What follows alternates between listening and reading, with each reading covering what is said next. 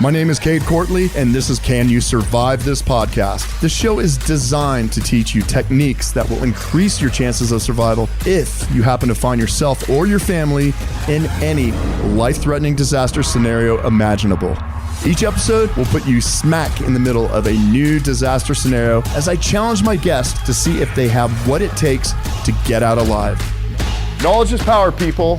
Can you survive this podcast?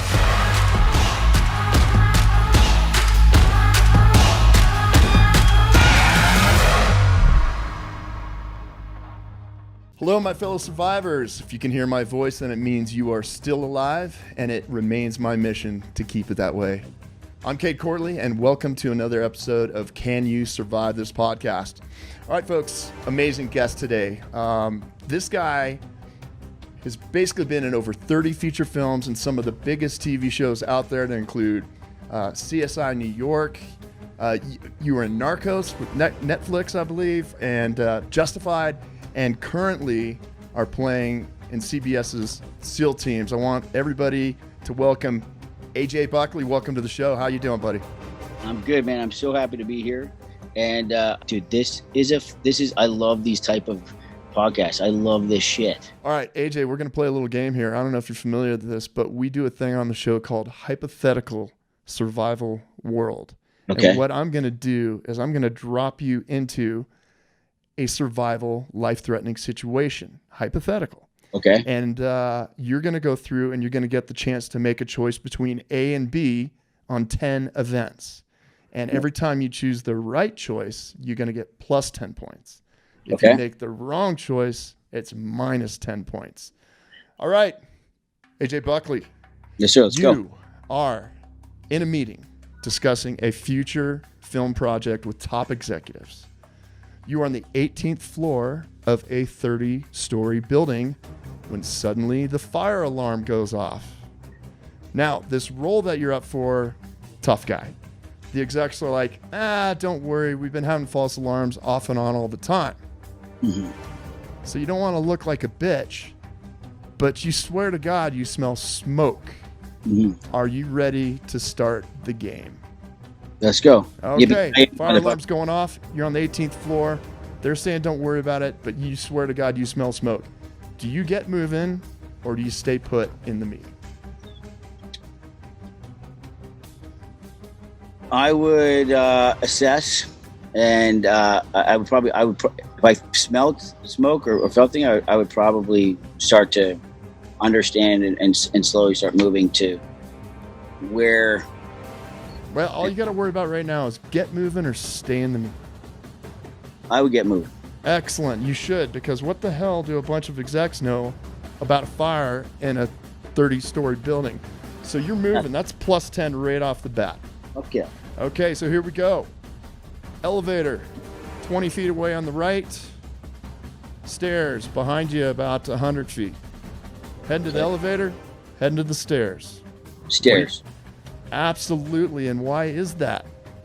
Because the elevators, you get stuck in. Yeah, basically an elevator is a gigantic wind tunnel, which is perfect for the spread of fire. Now, a lot of the new buildings, if the alarm goes off, it will deactivate the elevators automatically. But the last thing you want to do is hop in a damn microwave, get stuck in it. You get just like a fucking tornado of flame. It literally is just a wind tunnel that goes straight through the middle of these tall buildings. What a horrible imagine hopping in a microwave and turning it on 20 minutes. Last place you want to be, buddy. Plus 20, my friend. Excellent. Okay, so you're heading to the stairs. Mm-hmm. And you go in, you open the stairwell door. But before you get to the stairs, let's back up. Before you get to the stairs, do you continue moving towards that stairwell? You see it in front of you, or do you stop and try and contact somebody on your cell phone? Head towards the stairwell or try to contact somebody on your phone. I mean, instinctually, I'd probably be trying to call somebody. Excellent. And that you said the right word. Stick with your instincts on this, all right? The reason why is time is of the essence, obviously. Yeah. But you want to let somebody know, hey, I'm on the 18th floor right now and this is happening. So they know to look for you instead of, well, let's wait 6 or 8 hours and see if he shows up. Maybe he's out grabbing a beer. Got it. Speaking of beer, knock yourself out. Cheers. Cheers. Buddy, plus 30, my friend. You're doing great. Okay, you're in the stairwell. There is some smoke in the stairs. Do you head down or do you head up? You're on the 18th floor of a 30-story building. Smoke in the stairwell. Heading down or heading up? Can I tell where the smoke's coming from, or just heading down? It's coming from below you. Oh, below me. I'd head down. You're heading down? Yeah. Okay. Here's why I would not recommend that. Okay. Fire and smoke rise. You know you have fire below you because the smoke is coming up. Oh. You do not want to walk down into the kill zone of a fire. You want to try and increase your distance. You've got some time and you've got some space by moving up. So my recommendation would be to move up and away from the threat. So you go up and then find another Well, route. we're going to get there. But Okay. right now, the recommendation would be to move up, away from the threat, away from the fire. Get off the X. I'm sure you're familiar with that by now, right? Yeah. Excellent. Yeah. All right. I'm sorry, buddy, but that's a -10. That's okay, though. You're doing great. Okay. You travel 3 floors up and get out of the stairwell onto that floor. So I'm in 21. Okay. So you're on floor 21. Mm-hmm. To the left is a bathroom, Okay. or you can head towards the opposite stairwell. So you've got a bathroom to the left, or head towards the other stairwell, because all these buildings are required to have at a minimum 2 stairwells. I would go to the other stairwell. Okay. You're going to want to head that direction, but let me explain why I would recommend going to the bathroom. You realize that you are in a building that is on fire. You're going to want to wet your clothes. You're going to want to remove anything that might be made of synthetic cloth, which will end up melting. Okay. And you're going to want to get something to cover your mouth. So wet that. So since that bathroom is right there, I would highly recommend, hey, let's hit this. Let's go ahead, wet down, remove jewelry, anything that can burn you, and let's get something over the face. All right? So in that situation, would you then, if say you didn't have anything for like a mask, so to speak, and this is obviously pre-COVID, everybody has masks. Yeah, say like, good point. Like you have a t-shirt, so you take your t-shirt off and use that to. Yes, anything that is not flammable or synthetic material. Yeah. Okay, you can use that, wet it, and cover your face with it. And then again, if you have some kind of poly shirt on or something like that, it's going to melt. Yeah. Man, you got to get rid of that and try and get something else. You don't want bare skin, but having like a polyester shirt on, I don't think anybody wears those anymore. Yeah. That's going to be a bad deal. It's just going to turn into plastic. Okay. All right, so hang in there. You're at +10 still. Okay. But okay, so you've wetted everything down. You have face covering, good to go. You leave the bathroom and you can run to the opposite stairs, or you can crawl to the opposite stairwell. You're gonna run or you're gonna crawl. You're starting to see some smoke on the floor you're on. I'd crawl to keep. Excellent. Okay, and the reason you crawl is most fire-related deaths, AJ, are from smoke and toxic fume inhalation. Okay. Right? That's how most people don't die from burning. They die from inhaling that stuff and they pass out. And they don't realize they're doing it. Yeah. So even though you do have something to cover your mouth, if you're running, obviously your lungs are going to be working twice as hard. You're going to be ingesting twice as much. If you're crawling, you're below the smoke, but you're still heading toward that stairwell. All right. So excellent. You are back in the plus column. All right. You're heading towards that stairwell. Unfortunately, in the hallway, your path is blocked. There are flames in front of you. Okay? So you decide to enter an office room, an office space. Mm-hmm. So you enter this office space to get away from that flames that was in that hallway. Are you going to try and signal out a window to let somebody know and stay put in that office space?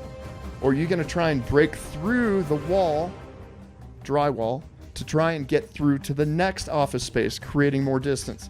Stop and signal, stay put, or I would keep moving, get through the wall. Absolutely, you want to keep moving. All right.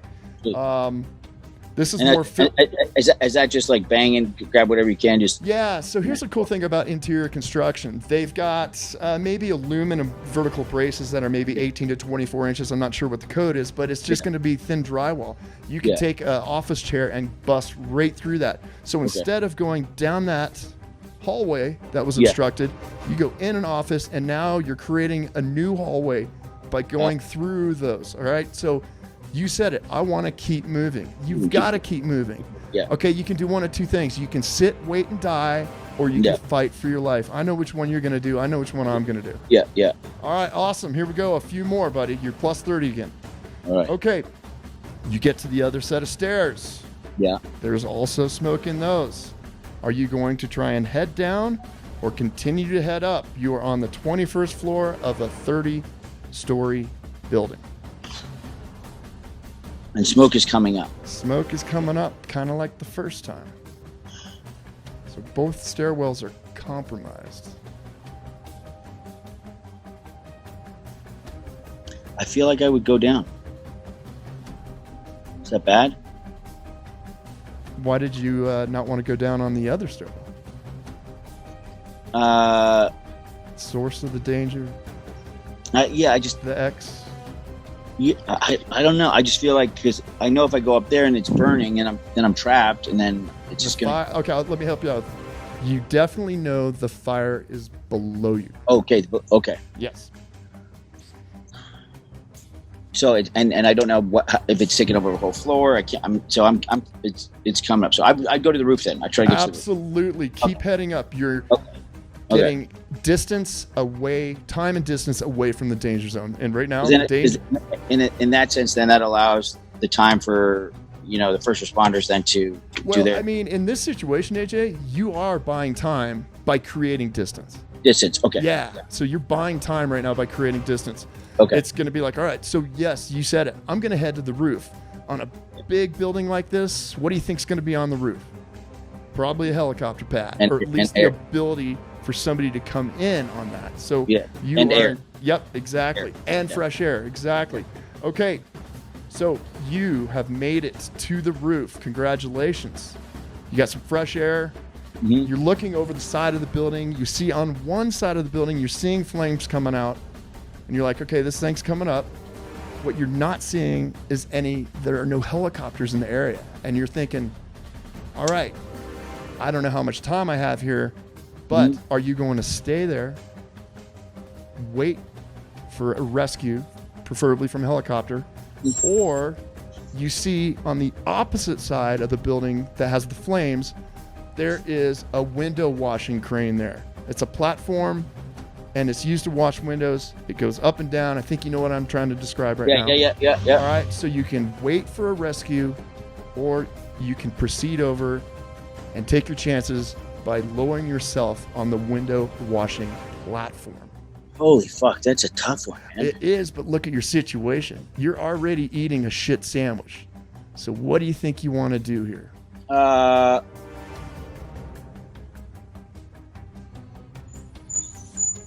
think let me help you out. Fuck, this is a tough one. You waited 20 minutes. Nothing. No helicopters. Okay, I would probably get on the fucking thing and head down.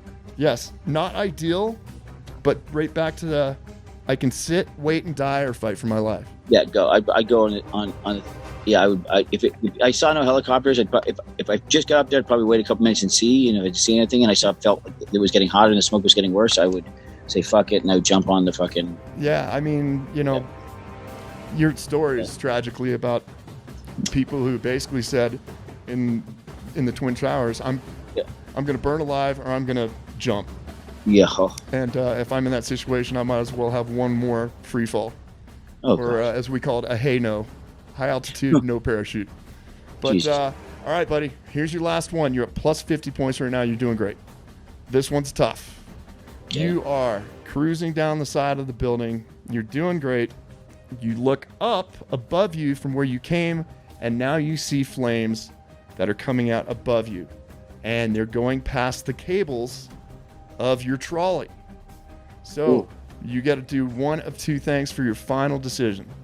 Are you going to hope that the cables will resist the heat long enough for you to get down to the base of the building, Yeah. or you're going to stop, bust out a window that is below the fire and try and go back into the building again below the fire and get out that way. I'd go back into the building. Absolutely. You have no idea how long this cable's going to last. After everything you've been through, it would really suck to die from falling like 100 feet off this thing. So you know you're below the fire. You get back in, you proceed down, and congratulations, AJ Buckley. You survived this podcast, my friend, with plus 60 points, which is very solid. Hey, so in any of those situations with a fire, if you're built, it's about creating distance, right? Distance and especially in a situation like that where you're hoping first responders will help, it's creating time. So it's increasing your distance from the source of the danger. Yep. And you can apply this to a lot of things, not just fire, but you're also buying yourself time. Yeah. So that others might be able to help you out. And then with the smoke, then being aware, staying low, and so you're not. Yeah, because just remember, most people in a fire situation die from inhalation, not from burning. They just become delirious and they don't know what's happening. Yeah, you just pass out. Yeah, you just pass out and that's it. And so you might be dead for several minutes before you even get burned. Oh God. So yeah, stay low. And but you did awesome. You did great. Okay, AJ, I know that you, in addition to your amazing acting, you are also an entrepreneur. Tell us a little bit about what you got going on with Paperclip. I started a diaper bag company about 5-6 years ago. You think my daughter's 6, so 6 years ago. I had taken my daughter out to I was like going to introduce her to my friends, and we're going to watch football. It was like the Pink Taco on Hollywood Boulevard, sure, or on Sunset Boulevard. And I shown up, and as I had taken her out of the car, she had like, I call it the magical poop. For some reason, it was like she pooped, but it like gone up her back. It was like in her like hair. I'm like, how do you shit? How do you shit? And it fucking touches your a little mullet. And you asked me why I don't look 50. Yeah, that's a prime example right there. And I was like, what? And I'm like, it's my very first time. Like, oh my God. So my friends are like, hey, and I'm like, hey, my daughter. So I like go into the bathroom, and when I walked into the bathroom, there was no changing tables in the men's bathroom. And I was like, well, this is weird. And then I go out to the manager. I'm like, is there a changing table? He's like, yeah, it's just in the girls' bathroom. And I'm like, okay, well, I got it. He's like, oh, sorry, buddy. And then I, as a dad, being a little absent-minded, we got at the baby shower, we got like a mat that you're supposed to put inside the diaper bag. But of course I didn't fucking put the mat in. I forgot the mat. And so basically I had to take my shirt off, and I laid it down in front of the bag. And then the bag was there, and I was changing my daughter on this like disgusting floor of the Pink Taco on Sunset Boulevard. And I had this like, I'm like, this is my first time ever taking my daughter out. I'm literally shirtless, fucking, and I'm like so already bummed that I fucked up. And then as I'm shooting, I'm like, I had this idea. I'm like, what happens if like you had a diaper bag that like had this fold out thing? You never had to worry about a change. It was built in. Because there's no changing tables in men's bathrooms. And I had this epiphany like right there. And I got home, and my buddy Artie Baxter, he's good friends with Keegan. He had randomly called me. He was expecting, I'm like, dude, I'm like, it's a diaper bag and there's a change station and da-da-da. And I'm like, buddy, he's like, what? He's like, have you been drinking? I'm like, 100% I have. 100%. And I'm drawing pictures of it. And he came over and looked at it. He's like, I don't know. Like, I can barely draw a stick, man. It was like scribbles. He was like, he's like, I have no idea, but I explained to him, and I'm like, dude, you're gonna understand it when you have a kid and they've got to go to the bathroom.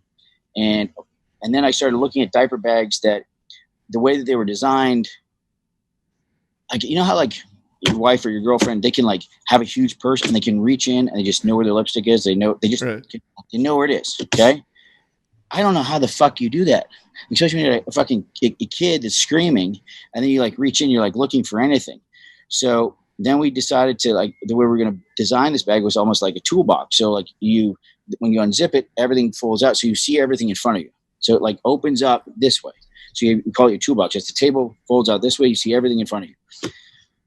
And it sort of evolved, and we went through like 12 different prototypes. I flew to China, and like I was in between shows right now. And basically I had taken my savings, all of my savings with Artie, and we doubled down. And my wife thought I was crazy. I'm like, we're gonna make diaper bags, and she's like, you've lost your mind. Like, this is crazy. Like, you are. And Artie did the same thing. And we went to the ABC Kids Show in Las Vegas, which is the biggest like baby product thing. And they came by and like gave us like like day 2, gave us like a blue ribbon. I'm like, what's this? Like, you won the mommy blog. Yeah. You won the innovation of 2017. I was like, we're like, what? We didn't even know how to write orders. We didn't know how to fucking do anything. And people were coming up, we're like, what the fuck? We had no clue. And all of a sudden it became, what it is now. And it's called Paperclip, right? It's called Paperclip. And the thing about it too is like, although it was designed by dads, 85% of our customers are women. And they basically, we wanted to have a diaper bag that the dad felt comfortable carrying. Because there's nothing worse when you see like a dad that's just got like a fucking flower print fucking diaper bag and he just is hating life. And the way that it looks at like, every one of our diaper bags is named after one of our kids. Like we have the bear, the willow, the ranger, the Bodie, with the wolf, which is like a fanny pack, the wolf pack. So in the last in the last year, we probably had our biggest year of the company this past year, even with COVID and everything. We cannot keep these on the shelf. We're in Nordstrom's, Target. We're everywhere right now, and it's a blessing, man. I never in a million years thought I'd be playing a Navy SEAL on TV and selling diaper bags on the side. Do you realize what you did there, though? What we were talking about earlier, you solved the problem and you never quit. Yeah. Now you've got an amazing, successful company. Hey, man, we do something on the show here to wrap things up. We call it After Action Report, AAR. What did you learn today, if anything? You're a fucking good dude. Number one. I appreciate that. And I'm really grateful to be on this. And but no, it's staying. Especially with this fucking crazy world we live in.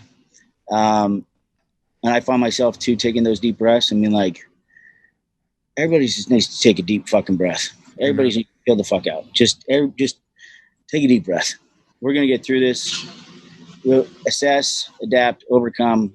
We will get through this. Just take a deep breath, and the sun will rise tomorrow, and we will get through this.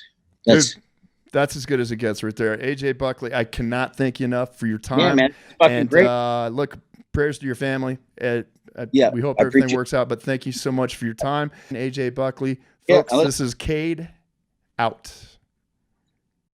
Hey, thanks for watching, folks. If you enjoyed the show, go ahead and smash that like button, and don't forget to subscribe and ring that bell. Any questions or suggestions for future episodes, leave it in the comments so you can be a survivor, not a statistic. And if you want more from this guest, including an amazing interview, you can find us on Apple Podcasts or your favorite podcast platform. Can You Survive This Podcast is a Cavalry audio production, recorded live from the bunker in Denver, Colorado. Hosted by me, Cade Courtley. Produced by Brandon Morgan and Cade Courtley. Associate producer is Jeff Apple. Executive produced by Keegan Rosenberger and Dana Brunetti.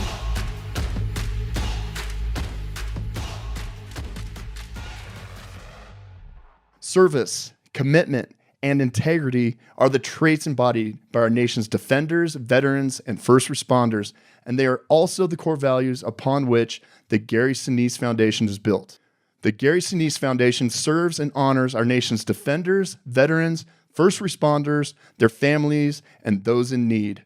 Whether the Gary Sinise Foundation is providing specially adapted smart homes to severely wounded heroes, supporting Gold Star families, or providing essential equipment, training, and PPE to first responders, in all of the Foundation's programs, they honor those who so bravely defend our freedoms every day. Support our heroes today at GarySiniseFoundation.org.